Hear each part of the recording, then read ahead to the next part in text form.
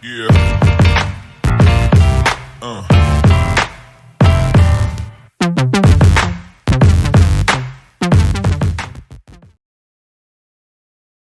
Hello mga Inday, welcome to my channel. So ngayon po ay January 1, umpisahan po natin ang pagsisimba. So ngayon po mga Inday, ako po'y pupunta po sa simbahan para magsimba. At ito nga po ang St. Joseph Parish Church. Ayan, so ayan po yung simbahan na yan.